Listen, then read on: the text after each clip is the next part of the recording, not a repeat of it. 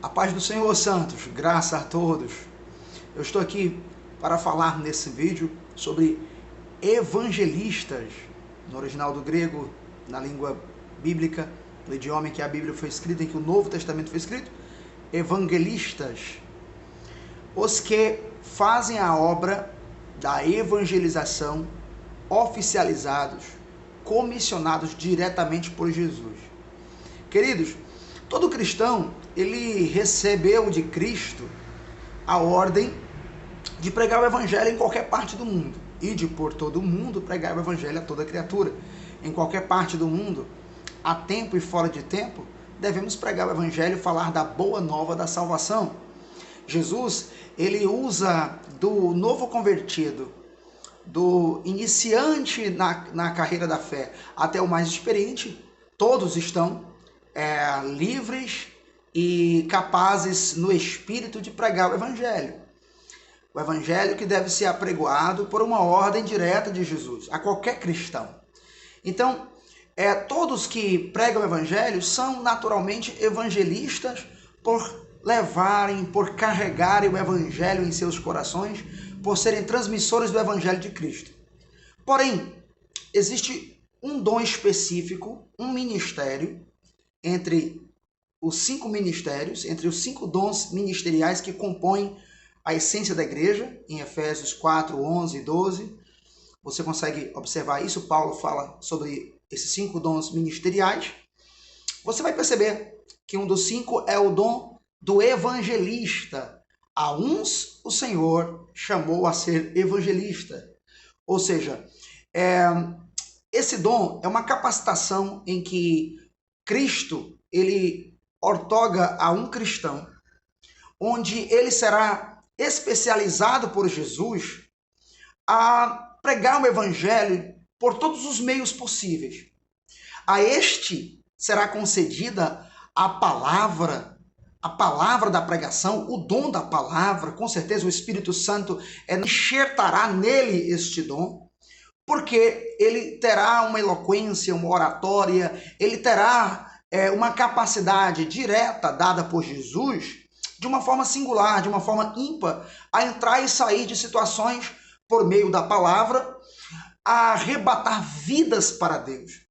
O evangelista é alguém capaz, é alguém capacitado por Jesus em ganhar vidas por meio do evangelismo pessoal ou do evangelismo em massa, e assim ser usado pelo Senhor, oficializado pela igreja, diante da igreja, a ganhar vidas a Cristo, para Cristo, e assim, por meio de uma evangelização sistematizada, formular igrejas. Porque o evangelista, quando ele se dedicar a esse ministério de uma forma plena, ele vai conseguir, por Deus, levantar congregações ou ganhar um povoado, pessoas de uma localidade a Cristo, e assim enviar, conduzir a um pastor para que sejam apacentados. Na segunda carta do apóstolo Paulo a Timóteo, 2 Timóteo, capítulo 4, versículo 5, Paulo fala ao seu filho na fé, a um jovem muito promissor que estava ali em Éfeso, onde Paulo se dedicou muito naquela cidade a pregar o evangelho, a ensinar, a discipular, e ali conseguiu formar uma grande igreja para Cristo, conseguiu arrebatar ali, formular uma comunidade a Cristo. Ele teve que, por necessidade, deixar Timóteo à frente daquele povo. Timóteo que tinha um dom específico. Ainda jovem, o Senhor o chamou a ser um evangelista. Na segunda carta de Paulo a ele, 2 Timóteo 4, 5, Paulo vai dizer, olha, ser sóbrio, Timóteo. Procura ser sóbrio, procura estar atento, sofre as aflições, cumpre a obra de um evangelista. Que em outra ocasião, Paulo tinha dito que tu recebeu este dom, Timóteo, pela imposição de mãos do presbitério. O Senhor te deu essa capacidade de estar à frente de um povo e assim conseguir conduzir um povo por meio da pregação do evangelho a Cristo.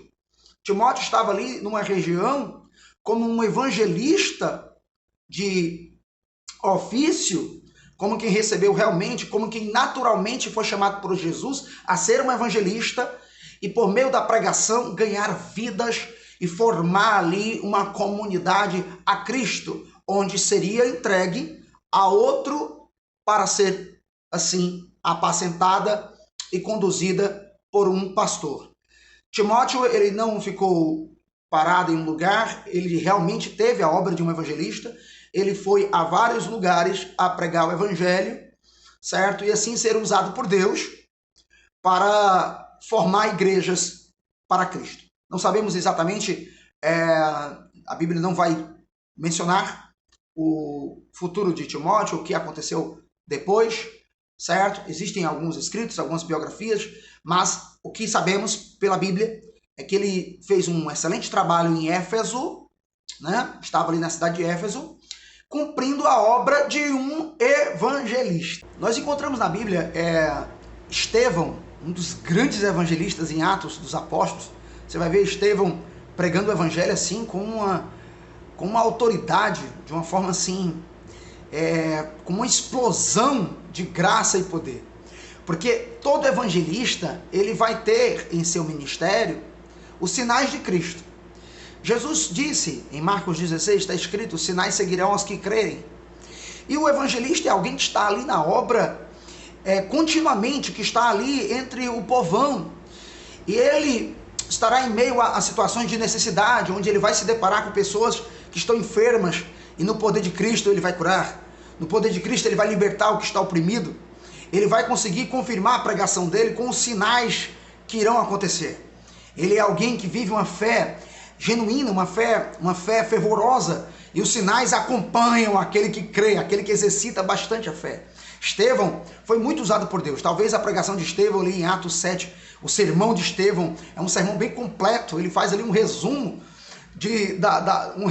da obra do Velho Testamento, um resumo do projeto de Deus, desde o Velho Testamento até Cristo.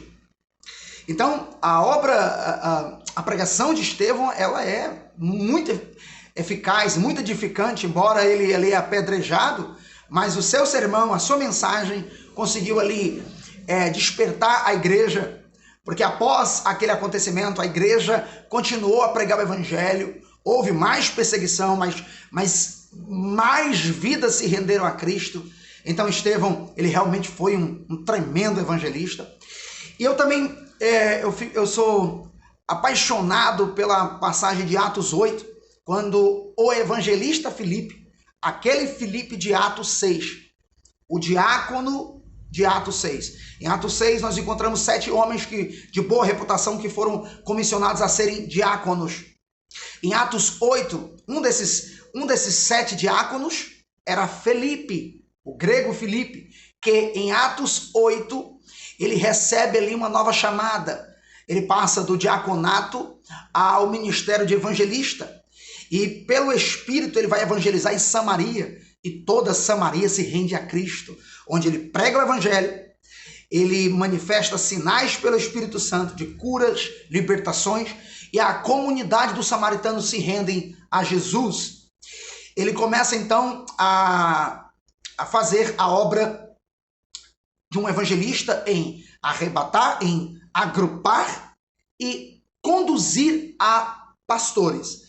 Porque uma mensagem é enviada a Jerusalém, onde o pastor Pedro e o pastor João descem para batizar os novos convertidos e ali estabelecer, e ali apacentar a igreja, orando também pelo batismo no Espírito Santo e fazendo o que a igreja sempre faz. Então, o diácono Felipe, do capítulo 6, se torna o evangelista Felipe de Atos 8. E ele não parou por aí. Olha, Felipe teve experiências incríveis com Deus. Ele é o único da Bíblia que verdadeiramente foi teletransportado ou transladado, foi desmaterializado de um lugar e materializado em outro. Felipe teve experiências profundas com Cristo, muito usado por Deus, porque se o evangelista se dedicar, sobre ele descerá muito do poder de Deus. No episódio de Atos 8, no versículo 26, quando Filipe é soprado pelo Espírito Santo até o caminho que vai de Jerusalém a Gaza, quando o mordomo da rainha dos etíopes estava ali na sua carruagem, estava lendo um rolo do livro de Isaías, em uma passagem que dizia respeito ao Cordeiro, a Cristo, uma profecia sobre o Messias, que nós bem conhecemos, e o evangelista Felipe está ali pelo Espírito, andando perto da carruagem, e o Espírito Santo o desperta a chegar pertinho, e ele percebe que o mordomo está lendo o livro. Ele começa a ouvir a referência bíblica, a passagem, onde fala de Isaías, onde Isaías está falando sobre o cordeiro que seria imolado, que seria sacrificado, a passagem do castigo que nos traz a paz estava sobre ele. Então Felipe fez uma pergunta, e essa pergunta ela faz parte da evangelização. É você jogar a curiosidade, jogar a isca para pegar o pecador. É você deixar o pecador com sede da palavra de Deus, com fome.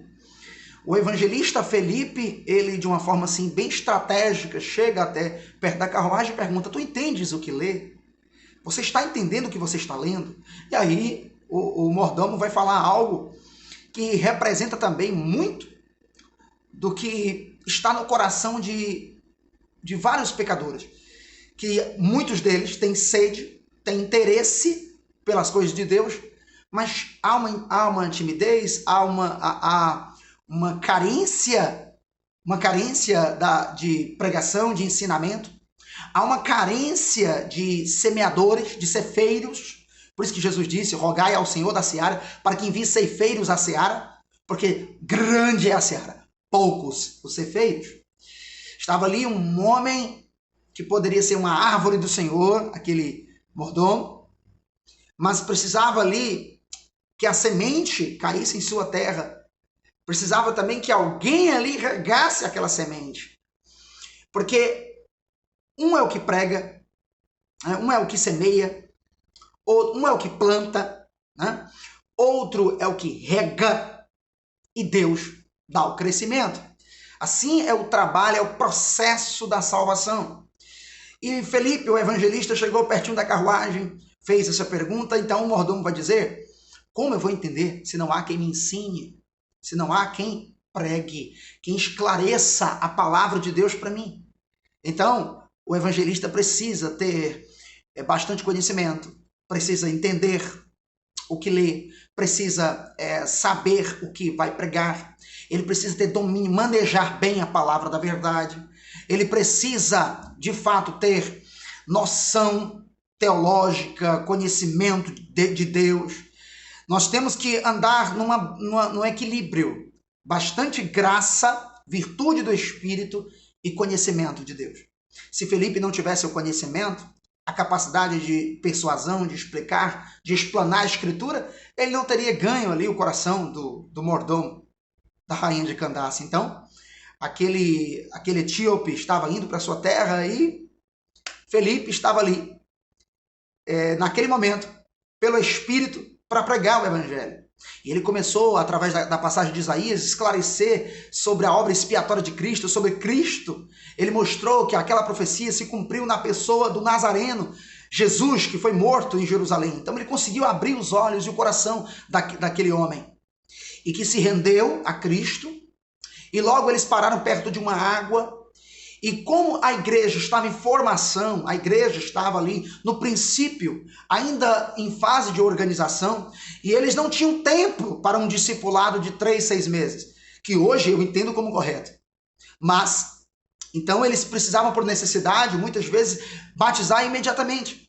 E aquele mordomo foi batizado nas águas, o evangelista Felipe o batizou, e a passagem, eu fico encantado com a passagem, quando eles, ao saírem das águas, quando o mordomo se ergue, ele é imergido, e quando Felipe ali o retira das águas, Felipe desaparece, é transladado, é desmaterializado e vai ser materializado em outro lugar, porque o texto vai dizer que o mordomo não o viu mais e saiu, continuou o seu caminho alegremente, e Felipe se achou como quem estava perdido, como que por alguns segundos ou milésimos de segundos estava perdido.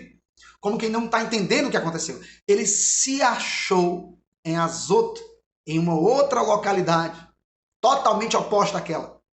O Espírito de Deus o transladou, porque tamanha era a comunhão de Felipe com o Senhor, e o Senhor realmente fez dele uma referência de um evangelista muito usado pelo Senhor para ganhar vidas para Cristo. Em Atos capítulo 21, nós percebemos pelo contexto do capítulo e também pelo contexto do livro, pelo desenrolar dos fatos da vida de Felipe, diácono, que era casado, que em Atos 21 nos parece que ele ali se alojou juntamente com sua esposa, onde ele vai ter 4 filhas que eram profetisas. Veja a qualidade de vida dessa família, como era uma família dedicada, como Felipe realmente, que era um dos 7 diáconos. A passagem diz, Felipe, um dos 7 diáconos, lá de Atos 6, que agora era evangelista, que foi evangelista em Atos 8 e teve ali um ministério abundante. Provavelmente, desde do diaconato até esse período aqui, até Atos 21, se passaram alguns anos, há uma probabilidade de pelo menos 10 a 12 anos. Felipe está ali com uma família estabelecida, 4 filhas, donzelas, profetisas, onde Paulo vai se hospedar em sua casa, e está ali toda a equipe de Paulo, Lucas e os demais, e o escritor Lucas, de Atos, ele detalhou bem.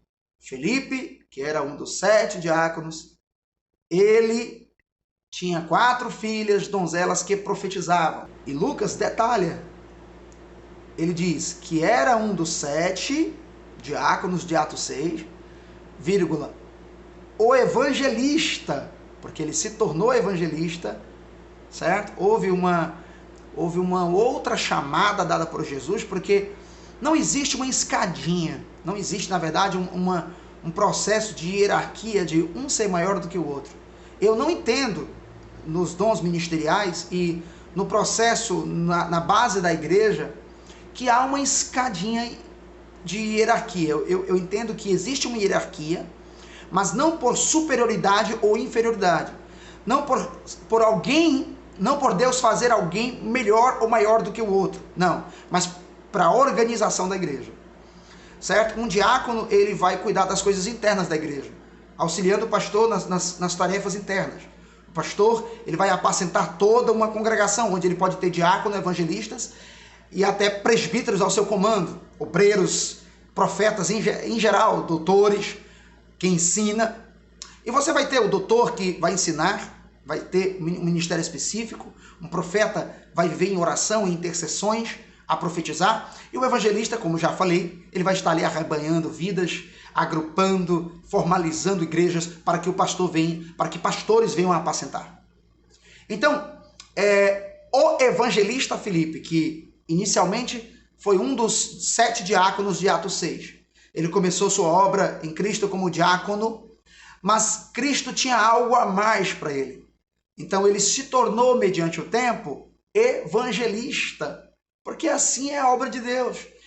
Nós iniciamos fazendo a obra de Deus de uma forma, depois o Senhor vai nos capacitando e nos capacitando até chegarmos ao patamar que Ele deseja para nós, certo? Então o Senhor deseja lhe usar mais. Então eu quero que você entenda que não existe uma questão de superioridade.